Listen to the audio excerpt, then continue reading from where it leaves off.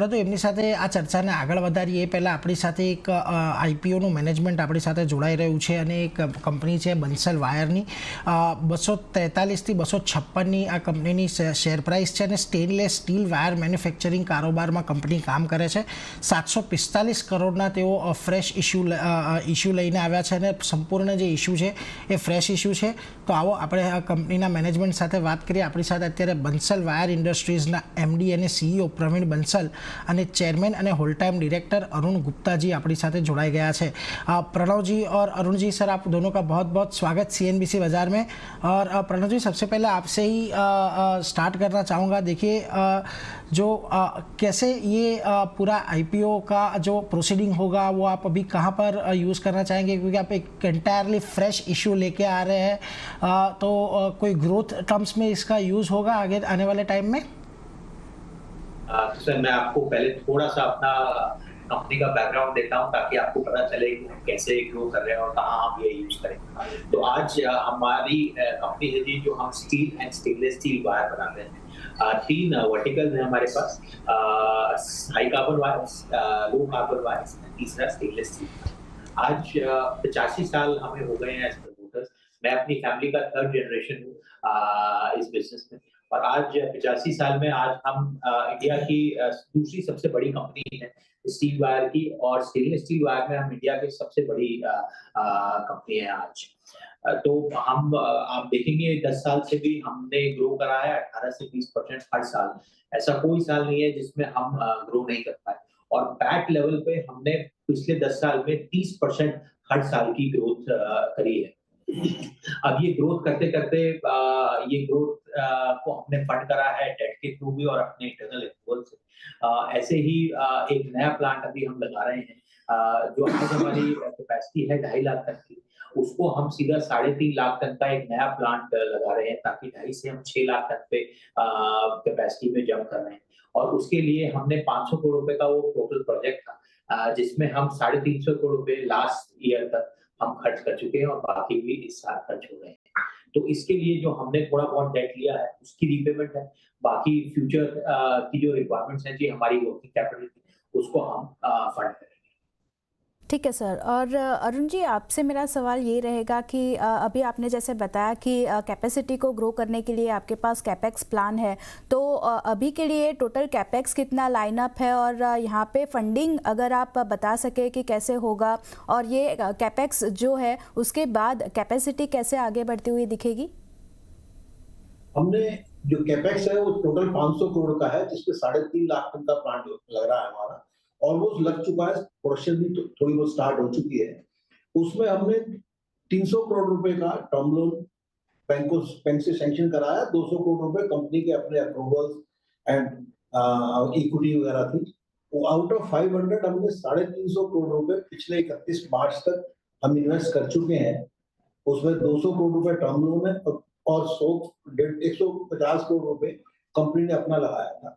उसके बाद अभी 150 करोड़ रुपए का एक्सपेंशन चालू है और 2-3-4 महीने में पूरा हो जाएगा. और प्लांट हम इनिशियल स्टार्ट कर चुके हैं. और जैसे प्रणव ने भी कहा, आईपीओ की प्रोसीड से कुछ हम डेट को रीपेमेंट करेंगे, कुछ वर्किंग कैपिटल की रिक्वायरमेंट भी हमारी इंडस्ट्री में रोज बढ़ती है, तो कुछ हम वर्किंग कैपिटल लगाएंगे.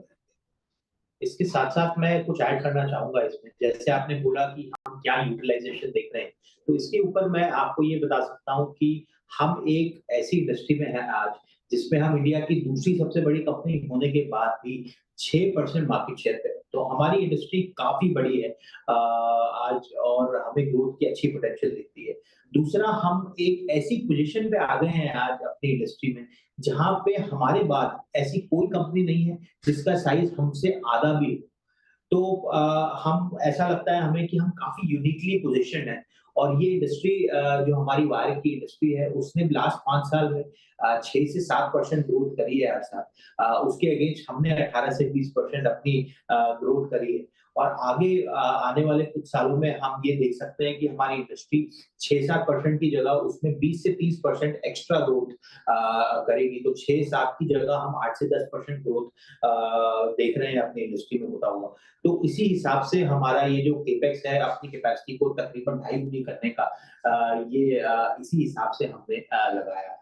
और इसमें काफी नए प्रोडक्ट्स भी हम ऐड कर रहे हैं, जैसे स्पेशलिटी वायर है, जिससे हमें थोड़ा मार्जिन एडिशन भी मिलेगा इन द फ्यूचर, और यही ग्रोथ हम आगे सोच रहे हैं।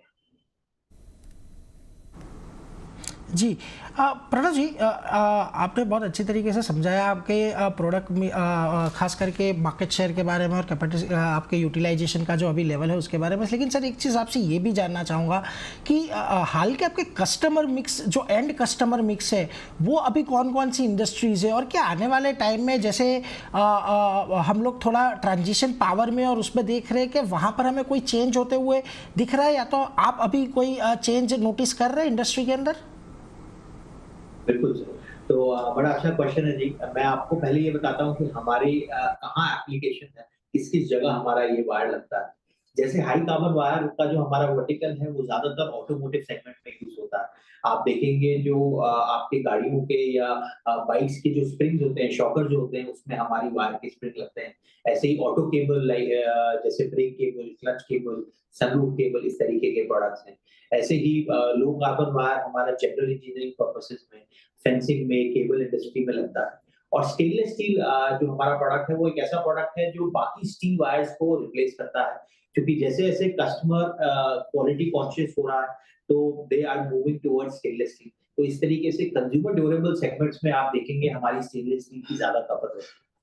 तो आप आजकल घरों में सारे किचन मॉड्यूलर किचन हो गई हैं, तो जितनी किचन फिटिंग्स हैं, किचन बास्केट्स हैं, सारी स्टेनलेस स्टील की बनती हैं। यहाँ तक कि जो छोटे से छोटा प्रोडक्ट जो एक स्टेनलेस स्टील का स्क्रबर होता है, जो अपने यूटेंसिल्स को क्लीन करने में लगता है, वो भी हमारी ही वायर का बनता है। तो हमारा प्रोडक्ट की यूसेज बहुत वाइड है। मैं बोलूँगा एक पिन से लेके एक प्लेन तक आपको हर जगह हमारी वायर दिखेगी। और हमने इन 85 सालों में एक अच्छी चीज़ जो हम अपने बिज़नेस में कर पाए हैं, वो है कि एक डाइवर्सिटी हम ने क्रिएट करी है अपने बिज़नेस में, जिससे आज हमारे 5000 से भी ज़्यादा कस्टमर्स हैं। और ऐसा एक कस्टमर नहीं है हमारा जो हमारे रेवेन्यू का 5% भी कंट्रीब्यूट करता हो। और ऐसे ही हमने अपने आप को काफ़ी इंडस्ट्रीज़ में डाइवर्सिफाई करने की कोशिश करी है। आज ऑटोमोटिव जो कि हमारा सबसे बड़ी इंडस्ट्री है, उसके लिए भी हमारा टोटल रेवेन्यू सिर्फ 18-19% आता है उसकी रेवेन्यू से। बाकी general engineering, power and transmission, agriculture, poultry, infrastructure, इस तरीके की हर एक इंडस्ट्री में हमारा वायर लगता है। तो मैं बोलूँगा इंडिया की ग्रोथ का एक बैकबोन है हमारा प्रोडक्ट, क्योंकि हर इंडस्ट्री में इसकी खपत है। सर, और अरुण सर, आपसे सवाल रहेगा एक्सपोर्ट को लेके कि अगर एक्सपोर्ट कंट्रीब्यूशन और B2C कंट्रीब्यूशन की बात करें तो यहाँ पे आप चाहते हैं कि आपका जो शेयर है या फिर एक्सपोर्ट है वो बढ़े, तो यहाँ पे अभी नंबर्स जो है एक्सपोर्ट को लेके वो क्या स्टेबलाइज नंबर आप देख रहे हैं? हमारे अभी टोटल रेवेन्यू का करीब 11% हम एक्सपोर्ट करते हैं, और उसमें एक अच्छी बात यह है, उस 11% का भी जो 75% है वो हम यूरोप और यूएसए को एक्सपोर्ट करते हैं, जो कि एक ऑर्गेनाइज्ड मार्केट है और अच्छा बाजार है। और हम आगे भी देखते हैं कि एक्सपोर्ट में भी पोटेंशियल है, और हिंदुस्तान में तो पोटेंशियल है ही। हिंदुस्तान भी ग्रो कर रहा है और हमारी इंडस्ट्री भी ग्रो कर रही है, तो हमारे लिए दोनों ही बाजार अच्छे हैं। जहां पर भी जो भी मार्केट को बढ़ाना चाहेंगे, हम दोनों ही मार्केट को बढ़ा सकते हैं और बढ़ा भी। जी हाँ, प्रणव सर और अरुण सर, आपका बहुत बहुत शुक्रिया सर, आप हमारे साथ जुड़े और IPO